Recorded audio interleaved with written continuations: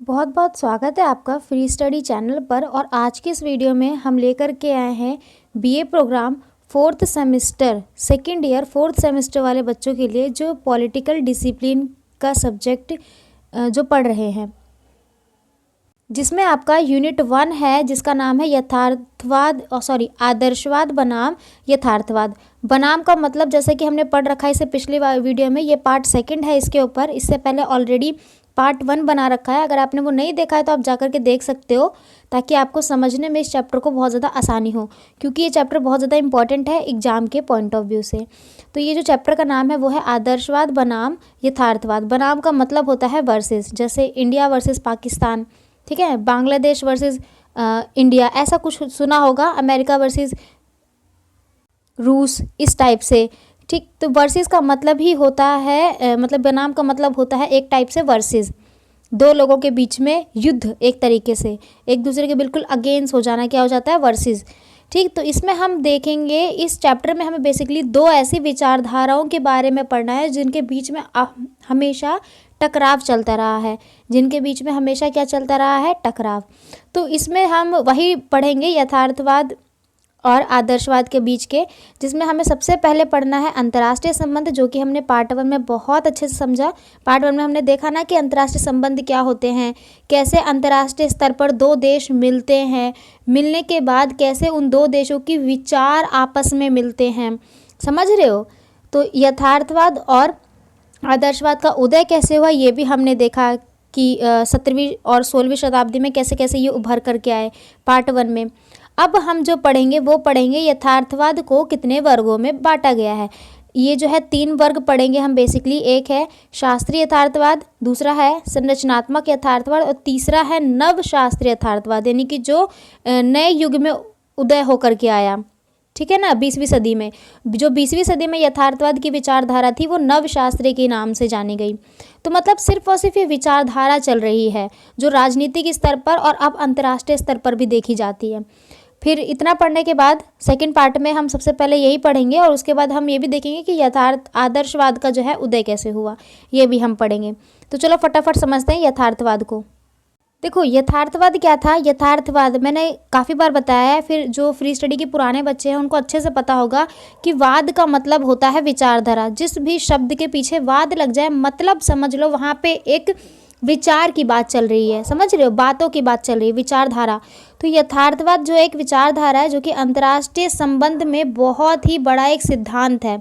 सिद्धांत का क्या मतलब होता है, सिद्धांत का मतलब होता है मतलब अपने जीवन में एक नियम और कानून लेके चलना। जैसे देखो हमें बचपन से सिखाया जाता है हमेशा हमारे माँ बाप के द्वारा कि हमेशा हमें अपने बड़ों की रिस्पेक्ट करनी चाहिए, कभी किसी से झूठ नहीं बोलना चाहिए, कभी चोरी नहीं करनी चाहिए, ये इस तरह कुछ। तो हमें क्या है, हम वो आगे चल के पालन भी करते हैं। हमें हमारे माँ बाप ने सिखाया, हो सकता है हम आपके जो आने वाला भविष्य है, आपके जो आने वाला जो भी आपसे छोटे होते हैं उनको भी आप यही शिक्षा देते हो कि कभी हमें झूठ नहीं बोलना चाहिए, हमेशा हमें अपने बड़ों की बात माननी चाहिए, है ना। तो ये क्या एक सिद्धांत है हमारे जीवन में जो हम अपने जीवन में हमेशा निभाते हैं। तो यथार्थवाद भी अंतर्राष्ट्रीय स्तर पर एक सिद्धांत की तरह काम करता है जिसे सभी देश अपनाते हैं। और इसका जो है यथार्थवाद का क्षेत्र जो है बहुत ही बड़ा भी रहा है, विशाल भी रहा है। यथार्थवाद 2 शब्दों से मिलकर बना, यथार्थ जमावाद, जिसका मतलब है असलियत और वास्तविकता, यानी कि जो एक्चुअल में चल रहा है, वर्तमान में जो चल रहा है उसकी बात कही गई है। ये कई स्तर पर अंतर्राष्ट्रीय स्तर पर भूमिका निभाता है, कई जगहों पे। ये राज्य नियंत्रण की बात करता है, कहता है कि जब 2 राज्य आपस में मिलते हैं तो उनके बीच में आपस में एक नियंत्रण होना चाहिए ताकि मुद्दों पर आराम से बैठ के बातें की जाए, ठीक है ना। दूसरा कहता है कि मानव के जीवन की रक्षा सबसे बड़ा जिम्मेदारी होता है सरकार का, ठीक है ना। तो ये इसकी बात कही जाती है। कहता है कि स्वयं सहायता होनी चाहिए। जो मजबूत देश है यानी कि जो जिसके पास अच्छा खासा पैसा है, और जो गरीब देश है यानी कि अमीर देश को कभी भी गरीब देशों की नाअंदाजगी नहीं करनी चाहिए, हमेशा उनकी मदद करनी चाहिए। तो वही कहता है स्वयं सहायता करनी चाहिए गरीब देशों की, यानी छोटे देशों की, जो अविकसित देश हैं, समझ रहे हो ना। तो इस तरीके से ये इनके साथ अंतर्राष्ट्रीय स्तर पर भूमिका निभाता है। और यथार्थवाद को आगे चलते चलते कई भागों में भी बांटा गया। इसी के अंदर से कई सारे विचार और निकल के आए। एक है शास्त्रीय यथार्थवाद, दूसरा है संरचनात्मक और तीसरा है नव उत्कृष्ट यथार्थवाद।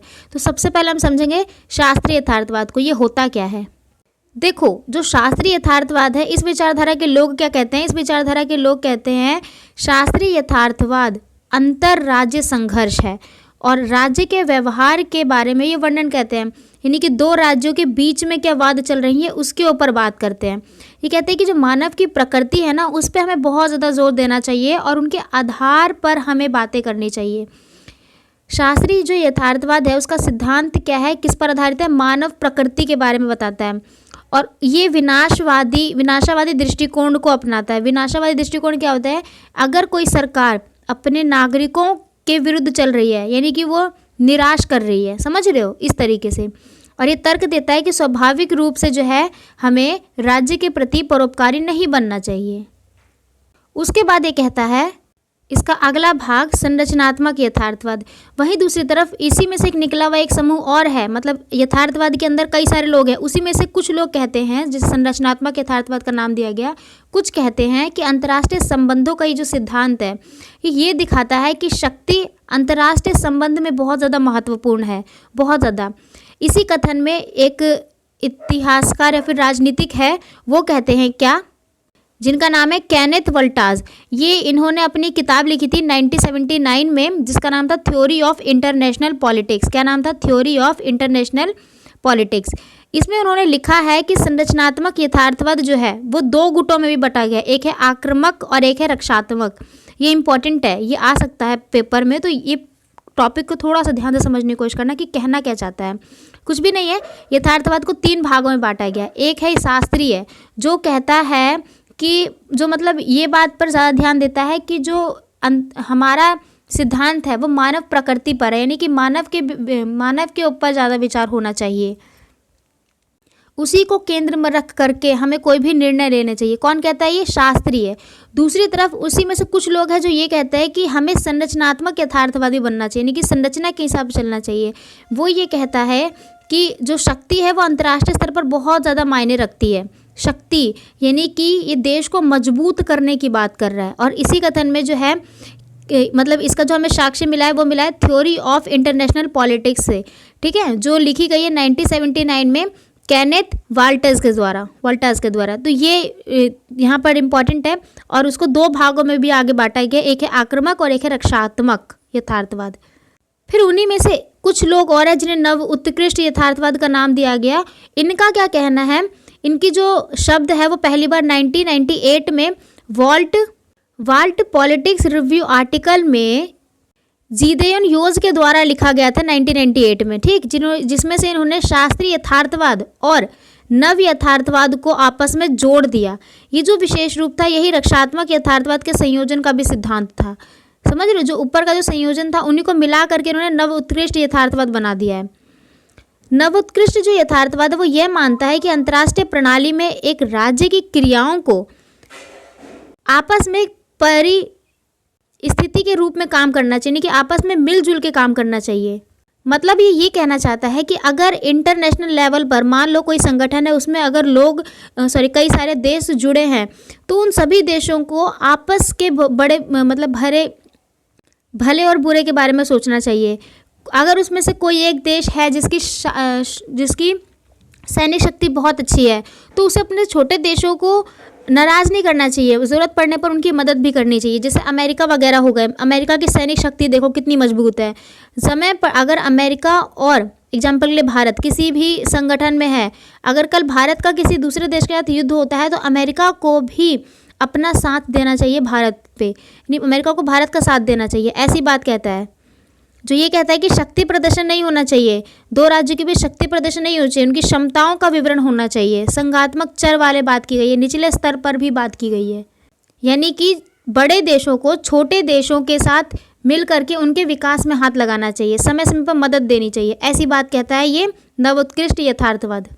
तो इसमें हमने अंतर्राष्ट्रीय संबंध पढ़ लिया, इन दोनों का उदय कैसे हुआ, यथार्थवाद और आदर्शवाद का। फिर उसके बाद हमने यथार्थवाद के उपवर्ग भी पढ़ लिए, शास्त्रीय पढ़ा, संरचनात्मक पढ़ा और नवशास्त्रीय। अब जो हम पढ़ेंगे वो पढ़ेंगे आदर्शवाद का उद्भव। अब हम क्या पढ़ेंगे, आदर्शवाद का उद्भव। चलो वो पढ़ते हैं। आदर्शवाद का उद्भव। आदर्शवाद को उदारवादी का भी बोला जाता है। ऐसा क्यों बोला जाता है, देखिए, अंतर्राष्ट्रीय संबंधों में व्याख्या करने के लिए आदर्शवाद के बाद जो है उदारवाद बहुत ज़्यादा महत्वपूर्ण माना जाता है। यूरोप में प्रबोधन काल चल रहा था जिसमें उदारवाद का उदय हुआ। ठीक है, कहाँ से हुआ है ये याद रखो कि यूरोप से उसका उदय हुआ। किसका, उदारवाद का, यानी कि आदर्शवाद का।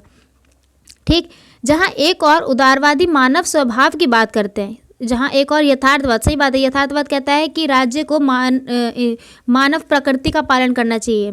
समझ रहे, मानव को केंद्र में रख करके कोई भी निर्णय और कानून लागू करना चाहिए। कौन कहता है, यथार्थवाद, जो कि निराशावादी विचारधारा भी रखते हैं। तो यही दूसरी और उदारवाद जो है वो बहुत ही शांत प्रकृति के है। ये कहते हैं कि सहयोग मिलना चाहिए विशेष बल के आधार पर।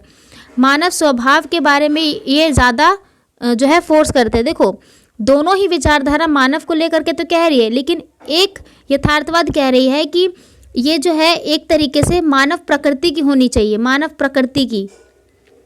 और वहीं ये कह रहा है कि शांत प्रकृति की रहो, यानी कि ज़रूरत पड़ने पर हमें सरकार के नियमों का भी पालन करना चाहिए। उदार होने के कारण ही इन्हें आदर्शवादी भी कहा जाता है। इनकी रणनीति जो है हमेशा, उनकी रणनीति रही है प्रेरणा से। देखो, उदारवादी की रणनीति हमेशा 3 प्रकार में रहती है। एक है प्रेरणा, ठीक, एक कहते हैं कि प्रेरणा के आधार पर काम करो, जिसका मतलब क्या होता है कि लोगों को एक सच्चे लोकतांत्रिक राज्य की क्षमता का एहसास दिलाओ। यानी कि उन्हें ये दिलाओ कि जिस राज्य में आप रहते हो उसमें हकीकत में एक लोकतंत्र जो है वहाँ पर मौजूद है, लोकतंत्र है, यानी तुम जो हो बिल्कुल स्वतंत्र हो। दूसरा उनका तरीका है पुनः रचना करना। समझ रहे हो, पुनः रचना करना, एक राजनीति में पुनः रचना करना, जिसका मतलब क्या होता है, पुनः रचना का शांति हो, यानी कि युद्ध का अभाव हो। ये कौन कहता है, उदारवाद कहते हैं। उदारवाद हमेशा अपनी रणनीति को 3 भागों में बांटते हैं। एक कहता है कि राज्य में हमेशा प्रेरणा हो, यानी कि जनता जो है, जनता को ये विश्वास हो कि वो जिस राज्य में रहते हैं वहाँ पे लोकतंत्र है। ठीक है। दूसरा जो है वो कहता है कि राज्य में पुनः संरचना हो, यानी कि वो ये कहता है कि पुनः संरचना मतलब राज्यों में युद्ध ना हो किसी से भी, मतलब शांति की स्थापना पर ज़्यादा जोर देते हैं। और तीसरा वो ये कहते हैं कि हस्तक्षेप, तीसरी उनकी रणनीति क्या है, हस्तक्षेप, जो ये कहते हैं कि जो शासक है वो विरुद्ध व्यापक और असहमति जैसे विरोध करता है। मतलब ये है कि शासक ज़्यादा जनता पर जो है हस्तक्षेप ना करे, यानी कि जनता पर शासक का पूर्ण नियंत्रण नहीं होना चाहिए, पूरी तरीके से नियंत्रण नहीं होना चाहिए, बाजार को बिल्कुल मुक्त छोड़ देना चाहिए, ऐसा कहता है। तो देखा 3 रणनीति है उदारवाद की, बात याद ध्यान रखना, ये टॉपिक इंपॉर्टेंट है, यहाँ से कर लेना पॉइंट बाय पॉइंट। इन विचारों से ही उदारवाद जो है अंतर्राष्ट्रीय व्यवस्था में बहुत ज़्यादा महत्वपूर्ण योगदान है। और 1990 का जो दशक आया था, इसके प्रारंभ में जो संयुक्त राज्य था, यूएनओ यूनाइटेड नेशन और WTO विश्व व्यापार संगठन, इन सभी संगठन में अंतर्राष्ट्रीय मुद्रा कोष जैसे और भी संगठन थे, इन सब में लागू हुआ, यानी कि उदारवाद जो है यहाँ पर भी पहुँच गया। जो इंटरनेशनल लेवल पर संगठन थे ना, यहाँ पर भी इनकी चर्चाएं होने लगी। किसकी, उदारवाद की।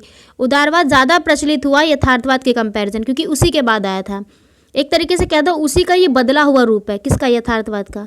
अंतर्राष्ट्रीय संबंध में जो है उदारवाद के विकल्प को उदारवाद के अंतर्गत ही रखा गया, जैसे शास्त्रीय विचार और नव उदारवादी परंपरा को देख करके औपचारिक तौर से समझा जा सकता है। फिर उदारवाद को जो है आगे चल के 2 भागों में बांटा गया, क्योंकि इनके विचार आपस में टकराने लगे। तो जो पुरानी विचार के थे जिनको बोला गया शास्त्रीय उदारवाद, और जो नए बने उनको बोला गया नव उदारवादी। अब शास्त्रीय उदारवाद और नव उदारवादी ये हम पढ़ेंगे अगले पार्ट में। आज की इस वीडियो में, यानी कि इस पार्ट में हमने सेकंड पार्ट जो था, इसमें हमने क्या क्या पढ़ा, इसमें हमने अच्छे से पढ़ लिया यथार्थवाद को, यहाँ से समझते हैं। इसमें हमने अच्छे से देखा पार्ट सेकंड में, इसमें हमने अच्छे से देखा यथार्थवाद को, यथार्थवाद के तीनों भागों को हमने बहुत अच्छे से समझा। फिर उसके बाद हमने जो है आदर्शवाद भी पढ़ा, आदर्शवाद को उदारवाद भी कहते हैं। अगर एग्जाम में आ जाए ना उदारवाद तो कंफ्यूज नहीं होना, यही लिख के आना है। तो ये भी हमने पढ़ा अच्छे से, ये भी पढ़ा, और इसके 2 भाग भी देखे, सिर्फ इंट्रो देखा, शास्त्रीय उदारवाद और नव उदारवाद, ये 2 पार्ट पढ़ लिए। अब हम अगली वीडियो में इन दोनों को बहुत अच्छे से, यानी कि पार्ट 3 में इसमें हम दोनों को बहुत अच्छे से एक्सप्लेन करके पढ़ेंगे और पढ़ेंगे वर्सेस, यानी कि दोनों को बीच का मध्य, इन दोनों के बीच में जो है टकराव क्यों चलते हैं वो भी पढ़ेंगे, आदर्शवाद और यथार्थवाद में। ठीक है ना। तो मिलते हैं अगली वीडियो में। अगर आपके पास कोई डाउट हो, कोई क्वेरी हो, तो आप हमारे टेलीग्राम ग्रुप को ज्वाइन कर लेना। वहाँ पर से आपको कोई भी डाउट के सोल्यूशन मिल जाएंगे। मिलते हैं अगली वीडियो में। थैंक्स टू बीइंग एंड बहुत बहुत धन्यवाद।